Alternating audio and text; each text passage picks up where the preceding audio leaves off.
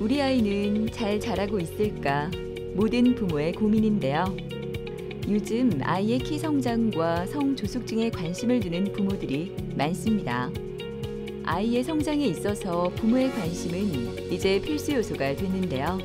과연 우리 아이는 지금 잘 자라고 있을까요? 성저수증이 있으면 이제 키가 안 크니까 키가 안 커서 제일 걱정이었거든요. 키가 안 클까 봐. 키가 작아서 맨 뒷자리에 앉으면 앞이 잘 안 보일 때도 있고. 유전이 키에 미치는 영향은 약 23%에 지나지 않는다고 하는데요. 오히려 생활 습관과 환경 등 후천적 요인이 더 큰 비중을 차지하고 있습니다. 그러므로 아이가 잘 먹고 잘 놀고 잘 자는 환경과 생활 습관이 중요한데요.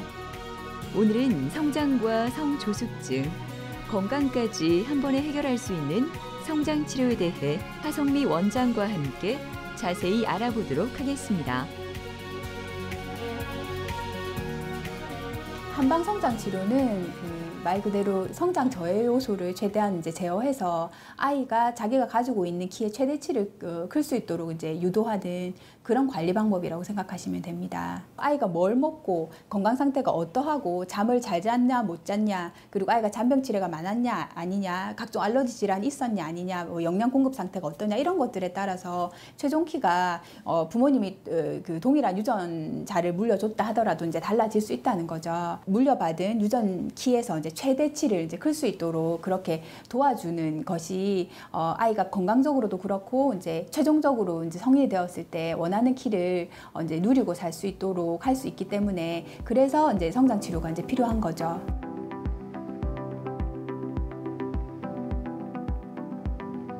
아침에 부는 바람도 이젠 시원함이 느껴지지 않는 6월의 주말 아침. 승연이는 엄마와 함께 도란도란 이야기를 나누며 바쁜 걸음을 옮깁니다.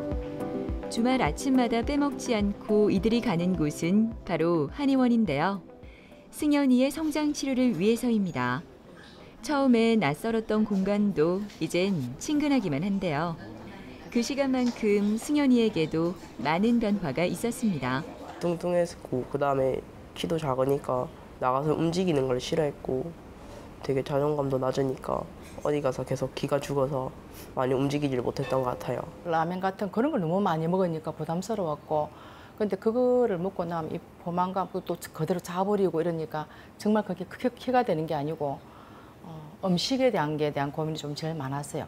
키, 음식. 지금은 체지방이 뭐고는 거의 선생님도 놀랄 만큼, 물론 지도 이제 학습, 체력 학습, 운동하는 거 이런 게 좀 많이 거의 도전적으로 하루 3시간씩도 운동도 겸하고 있어요. 그래서 그게 좀 키 크는데도 좀 도움이 됐던 것 같아요.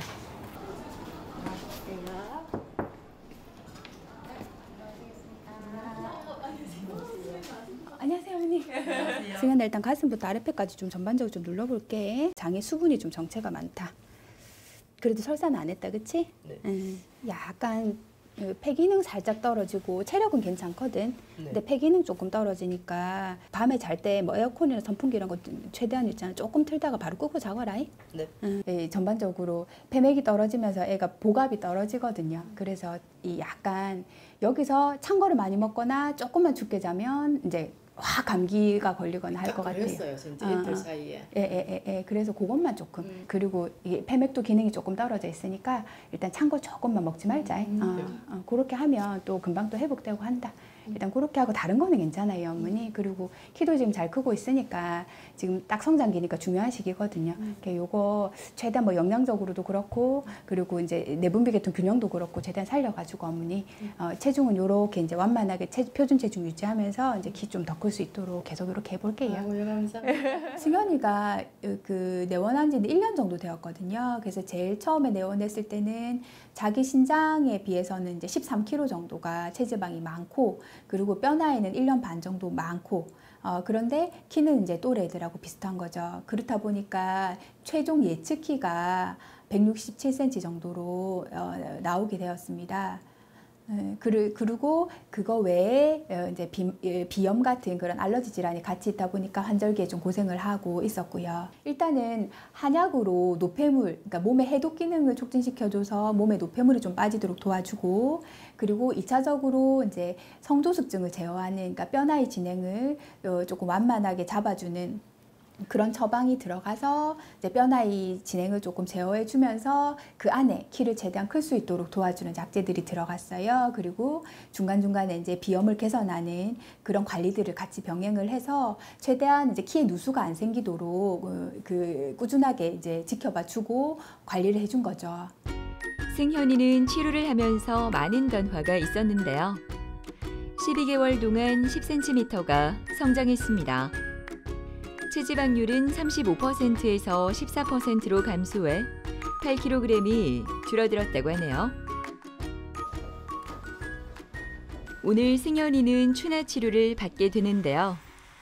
추나 치료 전 꼭 거쳐야 하는 체형 분석, 근골격과 체형을 분석해 현재 승현이의 상태를 알아보고 치료할 부위를 결정하게 됩니다. 아이가 크는 데 있어 방해 요소가 되는 체형 중 하나가 일자목과 척추 측만증이라고 하는데요. 오늘 추나 치료를 통해 틀어진 체형을 교정합니다.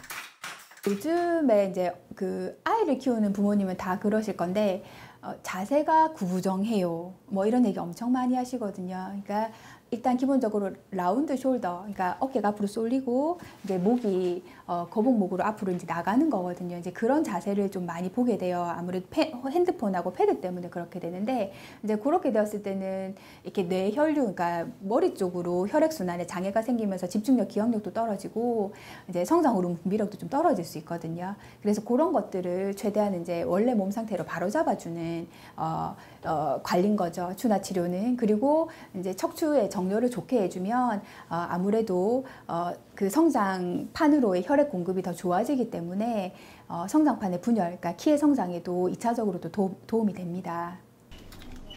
이어서 무통침과 무연뜸으로 성장을 촉진시키는 한방 치료가 이어지는데요. 무통침은 원활한 혈액순환을 도와주고 성장 기능을 자극할 수 있을 뿐 아니라 비염을 개선하는 데도 도움을 줍니다.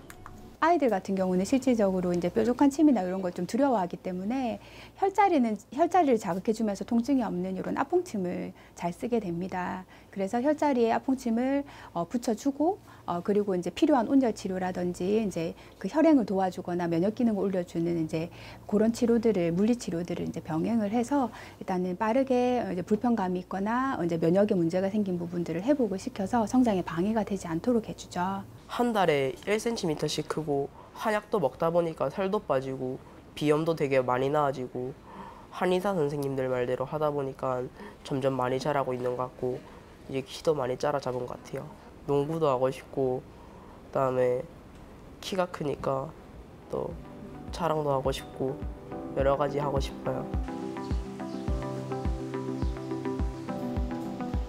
모처럼 만의 휴식이지만 하성미 원장의 아침은 바쁘기만 합니다. 오전 쉬는 시간을 이용해 탕전에 들렀는데요. 꼼꼼히 약재들을 살펴보는 하성미 원장. 아이들에게 도움이 되는 한약을 만들기 위한 그녀의 노력은 끝이 없습니다. 일단 여기 오는 이유는 당연히 와야 되는 건데 우리가 이제 입에 들어가는 이게 이제 그 약용식물이기 때문에 어찌됐거나 이제 여러 가지 검수 과정을 통과를 해야 되고, 그리고 이제 입에 들어가기 직전까지 어떤 위생, 그리고 원자재의 상태, 그러니까 원재료의 상태, 그리고 이제 원산지에서 들어왔을 때 이것을 세척하고 포장돼서 들어오는 상태에 대해서 확인을 하고 점검을 하는 과정이 꼭 필요합니다. 그래서 그걸 제 눈으로 직접 확인을 하고 먹어도 보고 그리고 향도 맡아봐서 계절별로 월별로 생산되는 그 식물의 상태가 다르거든요. 그러니까 그것을 하나하나 확인을 다 하고 그래야지 이제 영유아에게도 먹이고 하기 때문에 이제 일일이 그거를 확인을 해야지 제가 마음도 편하고, 그리고 한약을 처방을 할 때도 확신을 가지고 처방을 할 수 있기 때문에 매일매일 확인을 하는 과정을 저희 이제 일과 중에 하나로 넣고 있습니다. 한꺼번에 들어가면은 보통은 50이 재고로 많이 들어가니까. 여러 가지 약재를 살펴본 하성미 원장이 의료진들과 회의를 진행합니다. 이곳에서는 다양한 질환을 치료하기 위한 연구도 진행된다고 하는데요. 키 성장뿐만 아니라 아이들의 건강을 위한 그들의 토론은 끝날 줄을 모릅니다. 애들마다 처방은 좀 다를 수밖에 없어요. 그래서 키가 누수가 되는 요인을 아이들마다 정확하게 어떤 지점들에서 키가 누수가 생기는지를 일단 확인을 하는 것이 중요하고, 그래서 이제 뭐 영양적인 부분이면 소화 흡수를 도와주는 보통 이제 한방에서는 양위진식탕이라고 해서 이렇게 위를 건강하게 해서 진식, 그러니까 식욕을 증진시키는 그런 처방들이 있거든요. 그래서 이제 그런 것들로 소화 흡수 기능을 올려줘서 아이가 작게 먹든 많이 먹든 이것이 이제 뼈나 근육으로 적정하게 공급이 되도록 이제 해주거든요. 그리고 뭐 이렇게 잠을 좀 못 자거나 하면 안심지제라고 해서 심장 과열 이런 부분들을 열을 배출시켜서 이제 신경이 안정되고 숙면에 취할 수 있도록 하는 처방이 들어갑니다. 이제 그러면 아이가 잠을 잘 자게 되고 2차적으로 키가 크게 되는 것이고요. 그리고 뭐 비만이 있거나 이제 그 사춘기 진행이 빨라지는 경우에는 미룸 성장탕이라고 해서 이제 뼈나의 진행이나 사춘기 진행을 밀어주는 특허받은 그 처방 그 조제법에 따라서 그에 맞추어서 혈액을 깨끗하게 하고 항산화 그리고 그 생리활성 물질 이런 것들을 도와줘서 노폐물은 빠지고 그리고 성장판의 영양 공급에는 도움이 되는 그런 한약재들을 쓰게 되면 2차적으로 키는 더 자라는데 성호르몬은 좀 안정적으로 잡히게 되거든요. 이제 그렇게 돼서 뼈 나이를 잡고 이제 키는 더 클 수 있도록 유도를 합니다.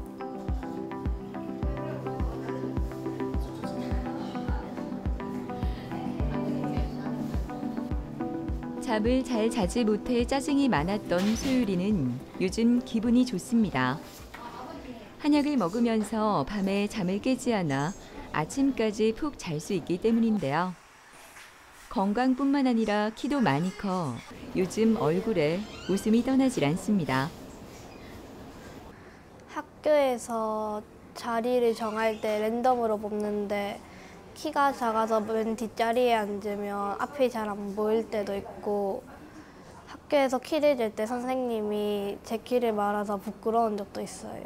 초등학교 3학년 때 가슴 몽우리가 잡혀서 진짜 소아과 가서 검사를 했는데 또래보다 키가 좀 많이 작았는데 성장 속도도 2년이 빠르다고 하는 거예요. 그리고 태어났을 때부터 잠을 깊게 못 자서 수면의 질이 조금 안 좋아서 그런 걱정거리도 있었거든요. 그래서 내원하게 되었어요. 진료를 보기 전 소율이의 체열 검사를 하는데요. 아픈 곳에서는 체열이 높아지거나 낮아져서 균형이 깨지게 됩니다. 이러한 체열 변화를 촬영해 눈에 보이지 않는 신경통증 부위나 질병 부위를 더 정확하게 판별해내는 것이 바로 적외선 체열 검사입니다. 머리 아프거나 한 것도 없고? 이제 이래. 쌤이 너 심폐기능, 요 비위기능, 장기능 전반적으로 좀 다 눌러볼게. 여기는 좀 답답하고 조금 아프진 않고 약간 올라온다, 그치? 알았어. 한숨 나오고 한숨 쉬고 하는 건 없어? 네. 요리 컨디션 좋다.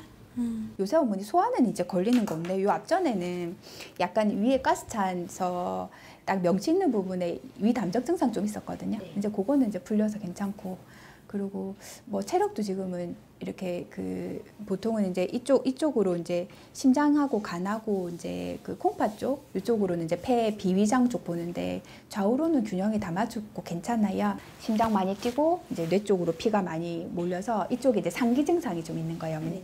열차는 상기 증상. 그거 빼고는 괜찮기는 해요. 그래도 일단 상기 증상이 있는데 뭐 따로 머리가 아프다거나 뭐 예전처럼 잠을 설친다거나 이런 건 없으니까 그냥 공부 때문에 좀 일시적으로 어머니 그건 좀 왔다 갔다 하는 것 같아요. 또래 애들보다 6cm는 작은데 이제 가슴 몽우리가 보이는 2차 성징이 나타나니까 이제 타 병원에서 검사를 하시니까 최종 예측 키가 뭐 147cm, 아예 150cm가 안 되는 상황이다 보니까 이제 급한 마음에 이제 달려오신 거거든요. 있거든요. 그리고 이때까지 유전적으로는 그렇게 작을 키가 아닌데 이때까지 왜 이렇게 키는 안 크고 이제 빠르게 이제 성장은 진행되었는가를 확인했을 때 주요 원인이 이제 그 영아기 때부터 아이가 잠을 제대로 충분하게 잘 자지 못한 것이 제가 볼 때는 키에 누수가 생긴 제일 큰 요인으로 파악이 되었고, 이제 그러다 보니까 이제 성장 호르몬이나 내분비 계통도 원활하게 균형이 안 잡히면서 2차적으로는 이제 성조숙증이 온 거죠. 그렇게 판단이 되어서 거기에 초점을 맞춰서 치료를 들어갔습니다. 보통 성장기 어린이의 하루 권장 수면 시간은 8시간에서 9시간 정도인데요. 잠들어 있는 동안 우리의 몸은 스스로 몸을 정화해 성장 호르몬을 촉진한다고 합니다. 성장 호르몬은 하루 종일 잠자는 시간인 10시에서 12시 사이에 가장 많이 배출되고 새벽 5시 이후는 거의 낮에 활동할 때와 비슷하게 분비돼 일찍 자는 것과 충분한 수면은 키 성장에 있어 중요한 부분을 차지하고 있습니다. 성장하는 데 있어서 1번은 수면입니다. 그리고 2번이 영양이고 3번이 이제 운동성인데, 일단은 성장 호르몬이 낮에 비해서 수십 배 많이 나오는 시기가 일단 야간이다 보니까 밤에 잠을 보통 이제 우리 비렘 수면이라고 하거든요. 비렘 수면 상태가 길고 오래 유지될수록 성장 호르몬 분비량이 폭발적으로 많이 이루어지는데, 이제 비렘 수면 상태가 지속되지 못한다 이렇게 됐을 때는 성장 호르몬을 제대로 아이가 그 공급을 못 받게 되는 거죠. 그러다 보면 당연히 키가 덜 클 수밖에 없습니다. 그래서 수면은 굉장히 성장에 있어서는 1순위로 중요한 요인이라고 보시면 됩니다. 소율은 일단은 이제 수면을 안정시키고 그리고 이렇게 그 사춘기 진행이 빨라지는 것들을 좀 제어해주는 한약 처방이 주로 들어갔습니다. 그리고 2차적으로는 이제 성장판을 자극해주는 물리치료가 들어가면서 매달 키 체크와 이제 성장 진행 과정을 꾸준하게 이제 이렇게 그 팔로우 해가면서 이제 지켜본 거죠. 그리고 결과를 이제 확인하면서 충분히 지연이 잘 되고 있어서 이제 초경 예상 시기도 1년 이상 미룰 수 있었거든요. 소율이는 2년 8개월째 치료 중인데요. 치료 기간에 22cm가 성장했습니다. 최종 예상 키도 147cm에서 157cm로 상승했을 뿐만 아니라 초경도 1년 이상 지연 중이라고 합니다. 오늘 소율이가 받을 한방치료는 부항과 약침인데요. 약침 치료는 약과 침의 효과를 볼 수 있는 치료법을 말하는데요. 약침도 선택되는 한약재에 따라서 다양한 치료를 할 수 있습니다. 됐다. 성장 약침은 이제 녹용 홍화 성분이 있어서 뭐 면역 기능을 올린다든지 아이들의 골질의 생장에 좀 도움을 준다든지 이제 그런 효과가 있습니다. 운동 치료도 이어지는데요. 성장 운동 치료를 하고 나면 척추가 바르게 펴져 자세도 바르고 키가 쑥 자란 느낌이 들어 소율이는 이 치료를 좋아한다고 하네요. 오늘은 간편하게 한약도 먹는데요. 뼈와 근육을 튼튼하게 해주고 기혈순환과 신진대사를 촉진하는 데 도움을 준다고 합니다. 일반적으로 여기서 이제 치료하는 친구들이 기간이 좀 긴 경우가 많거든요. 그런 경우는 이제 우리가 생각하기에는 맛이 너무 써서 못 먹지 않나 이렇게 하는데, 그렇게 쓴맛들을 조금 제어를 좀 해줘요. 그래서 맛을 좀 조절을 해주기도 하고, 그리고 뭐 시럽이나 젤리 형태로 아이들이 접근이, 그러니까 장복을 하거나 일상에서 먹을 수 있기에 접근이 좀 용이하도록 제형을 다르게 좀 해서 그렇게 해서 좀 편안하게 접근이 되도록 이제 도와주고 있습니다.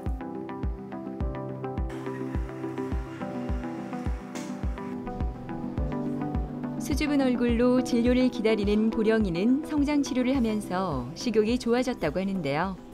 어떤 음식을 해줘도 조금 먹다 말던 보령이의 모습이 속상하기만 했는데요. 이제는 맛있게 음식을 즐기고 있어 보령이가 얼마나 사랑스러운지 모릅니다. 어린이 병원에서 검사받고 성조숙증 진단을 받아가지고 이제 걱정을 했는데, 그때 보령이가 키라도 좀 컸으면 초2 때였거든요. 키라도 좀 컸으면은 성억제 호르몬을 맞아서 맞고 싶었는데, 근데 키가 너무 작아가지고 의사가 성장 호르몬까지 같이 맞는 게 좋겠다 이렇게 얘기를 하는 거예요. 그래서 이제 걱정이 돼서 좀 이제 남편하고 얘기를 상의를 했는데, 남편이 이제 좀 여러 수소문에서 알아보다가 이제 여기 한의원을 알게 돼가지고 가슴이 멍울이 생기고 성저수증이 있으면 이제 키가 안 크니까 키가 안 커서 제일 걱정이었거든요. 키가 안 클까봐. 뭐 스트레스 때문에 심폐 쪽에 반응이 없는지 소화 흡수 기능이 떨어지진 않았는지 조금만 눌러볼게. 열차고 좀 피곤하면 여기 조금 답답해지거든. 일단 우리 보령이 맥도 한 번만 더 보자. 그 심장 맥도 열이 차면은 올라오고 그리고 이제 심폐 쪽을 누르면 이제 열하고 이제 활성산소가 차니까 답답해지고 하거든요. 아, 얘가 좀 신경을 쓰는구나. 그리고 뭐 지금 원래 이제 보령이가 이제 그 비위장은 소화기는 조금 작은 스타일이라서 작게 자주 먹어야지 한꺼번에 많이는 못 먹거든요. 그냥 작게 자주. 스트레스나 긴장도 조금 완화시키면서 계속 지금처럼 이제 뼈나이 진행 잡고 그리고 키 관련된 거 하고 소화 흡수력 관련된 거 하고 그렇게 이제 아이한테 맞춰서 그렇게 갈게요, 언니. 네. 보령이는 2020년에 내원을 했고 그때 초등학교 2학년이었거든요. 근데 키는 마찬가지로 또래 친구들보다 한 6cm 좀 작은데 그런데 초등학교 2학년인데 이제 사춘기 징후가 보이는 거죠. 그래서 검진도 하고 이제 방법을 좀 건강한 방법들을 좀 찾다 보니까 이제 저하고 인연이 된 것이거든요. 키는 작고 이제 그 2년 정도 뼈 나이가 빠르다 보니까 최종 예상 키도 150cm가 전혀 안 되는 상황이었습니다. 그리고 이제 먹는 것들도 조금 이렇게 편식이라든지 양 자체도 조금 작은 편에 들어갔었고요. 보령이는 일단 비위 기능을 조금 잡아줘서 영양 흡수를 촉진시켜주면서 그 사춘기가 미루어질 수 있는 미룸 성장탕을 같이 합방했죠. 그래서 사춘기는 최대한 미루고 그리고 소화 흡수 기능 올려서 키는 클 수 있도록 도와주고 그리고 뼈나이나 사춘기 진행은 조금씩 편안하게 조금 그 기간이 길어질 수 있도록 잡아주었습니다. 그래서 클 수 있는 시간은 벌고 그리고 키는 이제 작은 키를 또래 애들보다 6cm 정도 작은 키를 큰 쪽으로 보내는 방법으로 지금 2년 6개월 정도 관리를 한 거거든요. 보령이는 치료하는 동안 키는 20cm가 컸고 체중은 14kg이 상승했습니다. 최종 예상 키도 145cm에서 6cm 상승해서 155cm로 변화했네요. 보령이의 오늘 한방 치료는 무통침과 체질 개선을 위한 중환뜸, 복부 온열 치료입니다. 침과 뜸을 함께 진행하면 그 효과도 높아지는데요. 중환뜸은 경락과 경혈 자리의 흐름이 막혔을 때 도움을 준다고 합니다. 원래 이제 복부는 따뜻해야지 기능이 좋거든요. 그래서 비위 기능이 조금 떨어져서 소화 흡수력이 조금 안 되는 경우는 일단은 요게 이제 쑥이죠. 이제 쑥을 압착해서 이제 복부에 올려서 이걸 태워주면 뜨겁거나 하진 않고요. 태워주면 쑥진이 이제 그 위와 장 쪽으로 내려가고 그리고 온기도 같이, 그러니까 따뜻한 그 온기도 같이 내려가기 때문에 위 장의 운동성도 좋아지고 흡수력도 좋아지고 장내에 좋은 그 유익균도 개수가 늘어나게 됩니다. 그래서 동일한 음식을 먹었을 때도 소화 흡수력이 좋아져서 영양이 곳곳으로 가게 되기 때문에 성장에 일단 비위가 약해서 이제 2차적으로 성장이 조금 이렇게 부진하다라고 판단이 되는 경우는 이렇게 이제 왕뜸 치료를 들어갑니다. 한약을 먹고 나서 먹는 거를 조금 더 잘 챙겨 먹게 됐고 그리고 성저수증이 있어서 키가 늦게 클 줄 알았는데 그래도 한약을 먹어서 그런 건지는 모르겠지만 이제 친구들과의 그 평균 키에는 이제는 도달한 것 같습니다. 저도 그렇고 보령이도 목표가 160은 넘는 거기 때문에 이제 남은 치료 잘 받고 또 음식도 골고루 잘 먹어서 목표인 160 이상은 됐으면 좋겠습니다. 아이를 키울 때 일단은 확인해야 되는 것이 성장 속도와 그리고 그 건강으로 인해서 키가 덜 자라고 있지는 않은지를 한번 짚어볼 필요가 있다고 생각을 합니다. 뭐 비만으로 인해서건 또는 뭐 영양이나 소화 흡수, 면역 또는 체력 부족 이런 2차적인 문제, 수면 불량 이런 2차적인 문제로 인해서 최종적으로 키가 이 친구가 유전 키보다 훨씬 많이 손해를 볼 수도 있거든요. 그래서 이런 부분들을 한번 점검을 해서 최종적으로 나중에 후회하지 않고 아이를 충분히 건강하고 더 키울 수 있도록 한 번씩 확인해 주시면 좋을 것 같습니다. 기초공사가 튼튼한 건물이 오래가듯이 성장을 위한 기본 요소가 잘 갖춰져야 우리 아이들도 잘 성장할 수 있습니다. 생활 습관과 환경의 변화로 성장 타이밍을 놓치지 않고 우리 아이들의 키 성장을 위한 관리 필요하지 않을까요?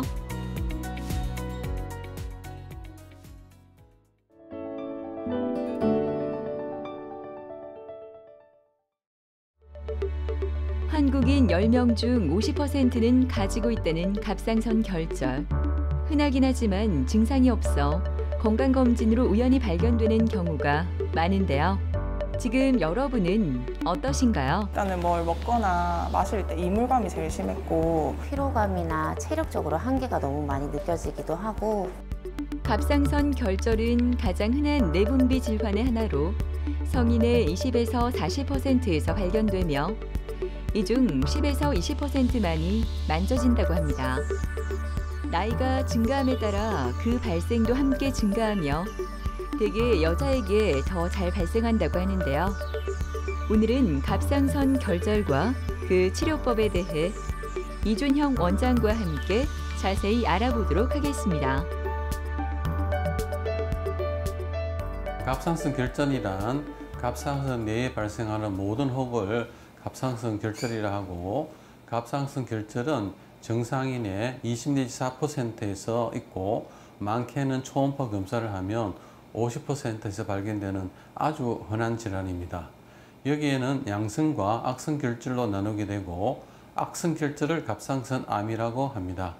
양성 결절은 크기가 크지 않다면 추적 관찰을 하면서 지켜보면 되지만 악성 결절은 그 크기와 병기에 따라서 치료를 하여야 합니다. 갑상선암의 원인에 대해서는 현재까지 알려진 바로는 고준위의 방사선에 피폭되거나 가족력이 있거나 고농도의 요오드 섭취 등이 있지만 대부분은 다른 부위의 암처럼 잘 알려져 있지 않습니다. 갑상선암은 여성에게서 많이 발생하는 질환이기도 합니다. 남성보다 여성의 발생 비율이 4배 정도 더 높은데 이는 여성 호르몬과 관련이 있는 것으로 추정됩니다. 결절의 크기가 큰 경우 목 앞으로 종괴가 불룩 튀어나오거나 음식물을 삼킬 때 지장이 있고 신경을 침범하게 되면 쉰 목소리가 나고 또 기관지를 침범하게 되면 숨이 차는 느낌이 들 수 있습니다. 결절의 치료법에는 수술적 치료와 비수술적 치료가 있는데 수술적 치료에는 갑상선 전엽 절제술과 좌우엽 반절제술이 있고 비수술적 치료로는 고주파 치료와 에탄올을 이용한 제거술이 있습니다. 특히 고주파 치료는 열을 발생시키는 기구를 이용하여 국소 마취하에서 흉터 없이 갑상선을 제거하지 않고 결절만을 제거하는 치료법입니다. 장마철이라 그런지 계속된 비로 하늘은 우중충하지만 병원은 이른 아침부터 환자들로 가득합니다. 오늘 진료가 있어 병원을 찾은 조현정 씨는 요즘 기분이 좋다고 하는데요. 수술을 하지 않고 갑상선 치료가 잘 되고 있기 때문입니다. 오른쪽 목에 튀어나온 결절로 처음 병원에 오게 되었다는 현정 씨는 고주파 치료를 받으면서 추적 관찰 중입니다. 일단은 뭘 먹거나 마실 때 이물감이 제일 심했고 또 주변에서도 목이 좀 튀어나온 것 같다고 병원에 가서 진료를 받으라고 할 정도로 외관상 표현도 많이 됐던 상태였어요. 사실 이물감이나 그 외관상 표현되는 거 외에는 크게 불편감은 없었는데 이물감이 느껴지다 보니까 이제 계속 좀 무서운 게 많았어요. 계속 이렇게 지내게 될까 봐. 그동안 별일 없으셨어요? 증세는 좀 어떠시고요? 많이 좋아지셨어요. 예, 오늘 초음파 검사를 해가지고 그 사이에 변화가 있는지 더 줄어드는지 확인해 드릴게요. 예, 초음파 검사 시작하겠습니다. 예. 처음 초음파 검사에서 2.7cm 크기의 결절이 발견되었던 현정 씨. 고주파 절제술을 받고 크기와 부피가 감소했다고 하는데요. 지금 그녀의 상태는 어떨지 궁금합니다. 작은 무록들은 양쪽 갑상선이 보이지만 이런 무록들은 큰 문제는 없겠습니다. 이게 올 1월에 찍으신 고주파 후의 사진입니다. 여기 결절이 이렇게 보이죠, 그죠? 여기 거의 한 2cm 되는 결절이었는데 오늘 추적 검사에서 이 고주파 치료된 결절이 눈에 띄기 확연하게 6mm 정도로 줄어드는 것을 알 수 있어서 치료가 아직 잘 되고 있고 걱정 없이 지내시면 되겠네요. 치료는 아주 잘 되고 있고 경과도 아주 좋습니다.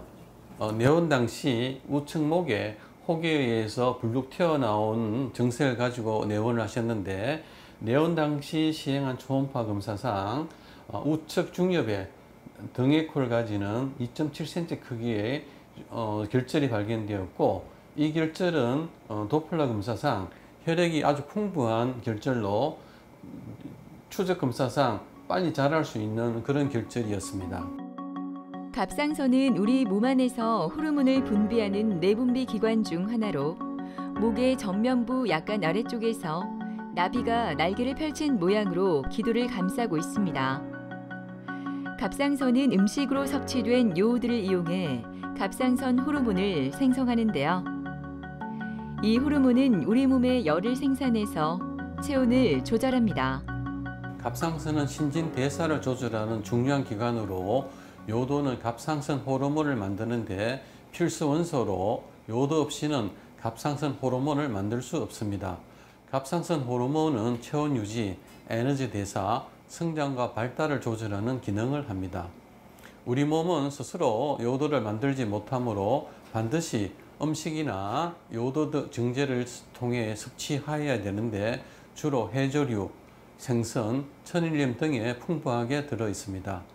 따라서 과거 이런 식품을 섭취할 기회가 적은 내륙에서는 요도 섭취가 부족했고 그 결과 갑상선이 비대해지는 갑상선 선종, 유소화의 성장 지능 저하가 많았습니다. 환자는 7개월 뒤 검사에서 1.3배 커졌고 환자분이 흉터가 남는 걸 원하지 않으셔서 고주파 치료를 실시하였습니다.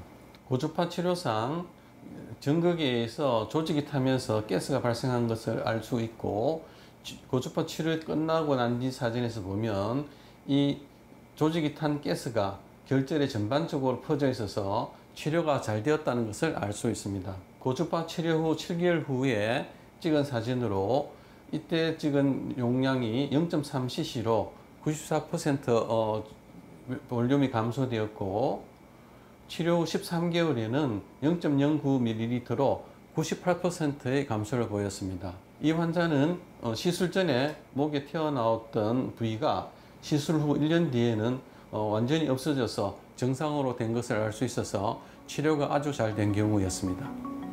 초음파 영상과 조직 검사 결과 양성 결절로 진단이 되었다면 대개는 그냥 놔두어도 문제가 없지만 결절이 크거나 계속 자라는 등 일부 증상이 있는 결절은 절제를 하는 것이 좋습니다. 절개 수술을 하면 우리 몸에서 중요한 역할을 하는 갑상선의 절반 정도가 결절과 함께 제거되기 때문에 평생 갑상선 호르몬을 복용해야 하는 경우가 많고 목에 흉터 또한 남게 됩니다. 그런 이유로 비수술 요법인 고주파 치료가 많이 시행되고 있습니다. 고주파 치료는 고주파를 이용하여 전극에 열이 발생하게 되고 그 열에 의해서 결절을 치료하는 방법입니다. 고주파 열을 이용하여 치료를 할 때 간암과 다른 종양과 달리 그 부위를 초음파로 확인하면서 움직이면서 치료를 하기 때문에 아주 안전하고 정확하게 결절을 치료할 수 있는 방법이고 합병증의 가능성도 굉장히 적고 또 수술과 달리 회복도 빠를 뿐만 아니라 흉터가 없이 치료할 수 있는 아주 좋은 방법의 치료법입니다. 치료 후에 바로 이물감이 차츰 사라져서 생활하기 너무 편안하고 이제는 막연하게 불안했던 감정들이 시술 후에는 이제 그런 이물감이 사라졌으니까 불안감도 없어지고 이게 뭔지 정확하게 알게 돼서 좀 속 편했던 것 같아요. 이게 사실 통증이 느껴지거나 한 건 아니라서 가만히 놔두고 지나갔을 수도 있는 거라서 앞으로는 검진도 자주 받으면서 건강관리를 더 열심히 할 것 같습니다.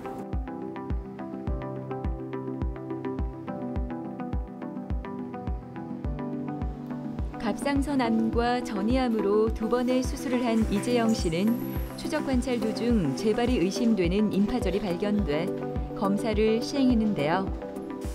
세포 흡인 검사 결과가 재발암으로 확진돼 너무나 절망적이었다고 합니다.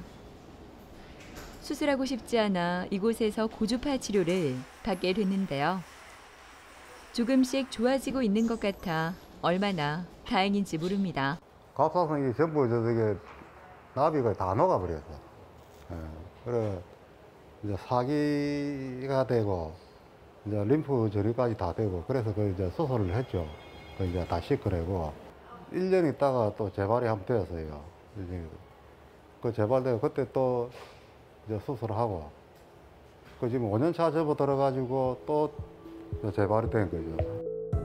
갑상선 결절을 진단하기 위해서는 여러 가지 검사가 필요한데요. 초음파와 혈액 검사 등의 기본 검사 외에 갑상선 결절의 악성 여부를 확인하는 기본 조직 검사인 미세침 흡인 검사, 결절이 크거나 정확도를 높이기 위해 조직을 많이 떼어내야 하면 총 조직 생검을 시행할 수 있습니다.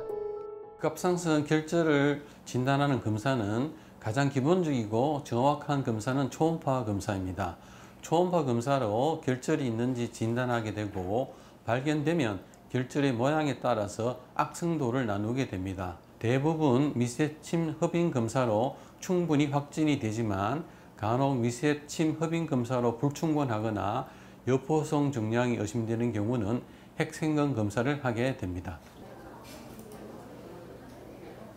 이재영님, 그동안 잘 지내셨습니까? 예. 예, 저번에 그 전이된 임파절에 고주파로 치료를 했었죠. 예. 거기 어떻게 잘 치료가 됐는지 오늘 확인을 하고 설명을 해드리도록 하겠습니다. 뭐 불편한 건 없으셨나요, 그동안에? 근데 몸이 좀 뻑뻑하고 아, 그러셨어요. 흰소리가 조금 납니다. 네, 알겠습니다. 제가 다른 또 이상이 있는지 같이 봐드리도록 할게요. 예. 추적 관찰 도중 재발이 의심되는 임파절이 발견된 재영 씨는 세포 흡인 검사를 통해 재발암으로 확진을 받았는데요. 3차 수술은 힘들 것 같아 고주파 치료를 선택하게 됐습니다.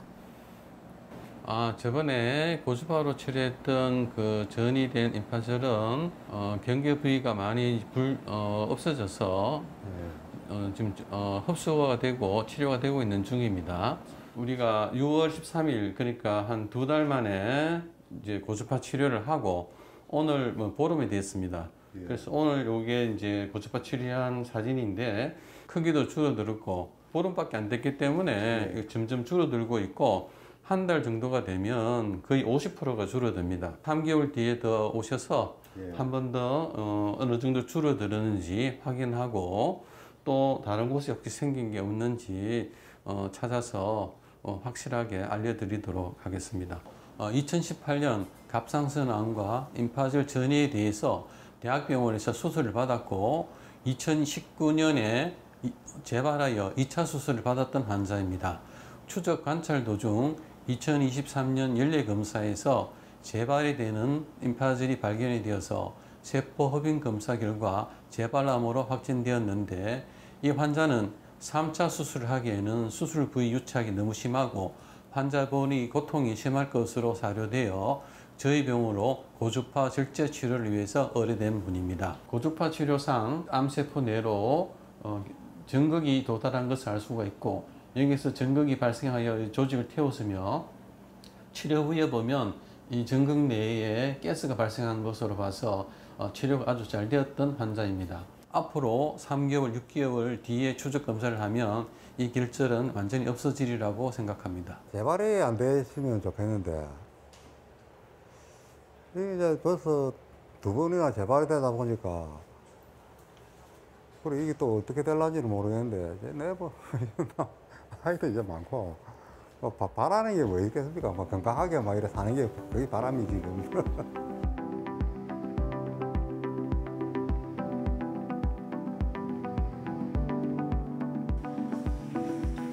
초음파 검사를 하다 악성 결절이 의심돼 정밀 검사를 위해 병원에 처음 왔던 김민성 씨는 그때의 두려움을 잊지 못합니다.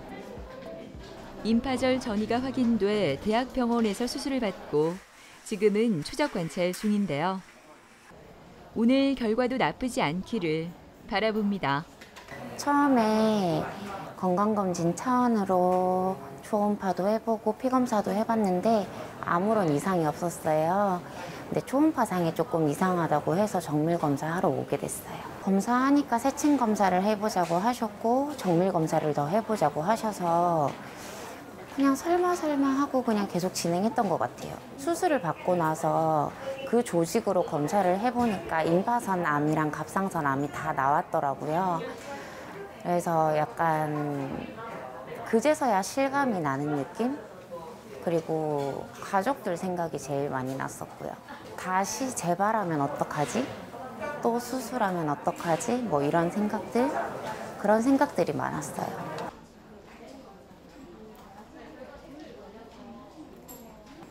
안녕하세요, 김민숙님. 안녕하세요. 예, 저번에 그 다른 곳에서 갑상선 암으로 그 의심스러워서 오셨고, 네. 저희 병원 초음파에서 갑상선 암과 그 임파절 전이가 다시 발견되어 가지고 확진하고 치료받으셨죠, 수술. 그래서 오늘 검사는 그 수술이 잘 되었는지 이전에 발견되었던 임파절 전이가 다 제거되었는지 확인해 드리도록 하겠습니다.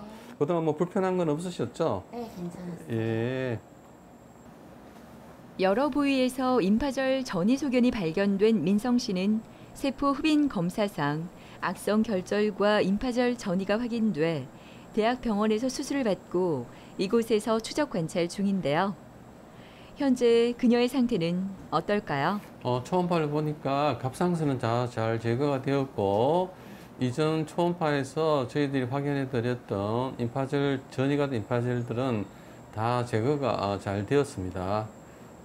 그래서 일단 뭐 큰 걱정은 안 하셔도 되겠고, 그래서 오늘 초음파 사진에 보면 이전에 보였던 이 임파절은 다 제거가 되고 갑상선도 깨끗하게 다 잘 되었기 때문에 수술은 치료는 아주 잘 되었습니다. 네. 그래서 크게 걱정하실 건 없고 치료는 잘 되고 있으니까 너무 염려하지 마시고 6개월 뒤에 다시 오셔서 한 번 더 초음파 검사를 하고 예후를 다시 판단하도록 하겠습니다. 네, 알겠습니다. 네, 수고하셨습니다. 감사합니다. 감사합니다. 네. 2022년 4월 타병원 초음파 검사상 양쪽 옆에 악성 결절이 의심되어 정밀 검사를 위해서 내원한 환자분입니다. 본원에서 다시 실시한 초음파 검사상 이전 병원에서 발견되었던 악성 결절뿐만 아니라 저희 병원에서 경부 여러 부위에 임파절 전이 된 소견이 발견되었고 세포 흡인 검사상 갑상선 내의 악성 결절과 저희들이 발견한 임파절 전이가 확진이 되어 수술적 치료를 위해서 대학병원으로 전원하셨습니다. 혈액 검사를 위해 검사실로 이동한 민성 씨. 많은 수의 갑상선 질환이 자가 면역 질환이므로 환자의 혈액 내에 갑상선에 대한 자가 항체가 나타나는데요. 이러한 자가 항체의 측정은 갑상선 질환의 원인별 진단을 가능하게 하고 때론 치료 경과와 환자의 예후를 판정하는 지표가 되기도 합니다. 오늘은 면역 주사도 맞는데요. 기초 체력과 면역력은 악성 종양을 억제하는 동시에 기관의 기능이 정상화될 수 있도록 돕기 때문이라고 합니다. 갑상선에 생긴 혹을 갑상선 결절이라고 하는데 크게 양성과 악성으로 나뉩니다. 이 중 악성 결절들을 갑상선 암이라고 하는데요. 갑상선암을 치료하지 않고 방치하면 암이 커져 주변 조직을 침범하거나 림프절 전이, 원격 전이를 일으켜 심한 경우 위험할 수도 있습니다. 갑상선암의 병리는 암 진단과 치료에 대한 연구 결과들을 종합하여 생존과 사망 위험도를 4그룹으로 구별하여 표시하는 것을 말합니다. 흔히 말하는 말기는 암 병기가 아니고 암이 상당히 진행되어 더 이상 치료를 할 수 없거나 의미가 없을 때 쓰는 표현입니다. 갑상선 암은 암의 크기 및 주위 조직과 주위 장기의 침범 여부에 따라서 T병기, N병기, M병기 등으로 평가를 하고 TNM 병기의 조합으로 병기 그룹 1기부터 4지까지를 정하게 됩니다. 갑상선암은 특이하게 나이가 예후에 가장 중요합니다. 55세 미만의 나이 환자는 원격 전이가 발견되기 전에는 모두 1기입니다. 원격 전이가 있어도 55세 미만은 2기에 해당합니다. 그렇지만 55세 이상은 인근구역, 임파절 전이가 있으면 2기, 목주위 장기, 즉 식도, 인후, 기관지 등의 침범이 있으면 3기, 원격 전이가 있거나 경동맥 혹은 흉곽 내의 혈관을 침범하는 경우는 4기입니다. 각 병비마다 예상되는 예후는 차이가 나며 갑상선암은 예후가 좋은 편이기 때문에 다른 암과 달리 10년 생존율로 병기를 구분합니다. 김민성 환자분은 내원 당시 이전 병원에서 촬영한 우측옆과 좌측옆에 갑상선암이 발견되었지만 저희 병원에서 다시 검사를 한 결과 환자분의 왼쪽 경부에 여러 부위에 임파절 전이가 발견이 되었고 여기서 한 세포 검사상에서 확진이 되어서 이런 경우는 큰 병원에서 수술적 건치와 전이된 임파절의 제거술이 필요했던 경우입니다. 갑상선 제거와 전절제와 임파절에 대한 제거술을 받으셨고 그 위에 동위원소 치료와 후에 지금 추적 검사를 하고 있는 분입니다. 환자가 그 갑상선암이 발견되었을 때 정확하게 임파절 전이를 찾아야만 재발을 막을 수 있고 환자의 근치에 도움이 되기 때문에 정확한 진단이 갑상선암 치료에 아주 중요하다고 생각이 됩니다. 어리다면 어린 나이에 암에 걸려봤고 그걸로 인해서 피로감이나 체력적으로 한계가 너무 많이 느껴지기도 하고 매일매일 약을 먹어야 하는 것도 너무 힘들어서 일단 그런 게 조금 더 건강해지고 체력적으로 된다고 하면 운동도 꾸준히 하고 그리고 일도 오랫동안 하고 싶고 그리고 바디 프로필 같은 것도 한번 찍어보고 싶은 그런 소망이 있어요. 앞으로 다가올 100세 시대에서 갑상선암은 예후도 좋지만 다른 암과 마찬가지로 조기에 발견하고 주위 다리 장기를 침범하거나 임파절에 전이가 되지 않을 때 조기에 치료함으로써 완치율을 높이고 재발을 막음으로써 환자분들이 행복한 삶에 도움이 되도록 하여야겠습니다. 저희 병원은 갑상선 전문 병원으로서 정확한 진단과 비수술적 치료로 환자분들의 건강한 갑상선 지킴이로서 최선을 다하겠습니다. 갑상선암은 착한 암이라고 불릴 정도로 생존율이 높아서 많은 환자가 건강관리를 소홀히 하고 있습니다. 암 병력이 있는 사람은 새로운 암이 발생할 위험이 크므로 건강한 생활 습관과 주기적으로 건강검진을 받는 것이 도움이 된다고 하니까요. 빨리 발견해서 치료를 받을 수 있도록 항상 관심을 가지고 추적 관찰하는 것 잊지 마세요.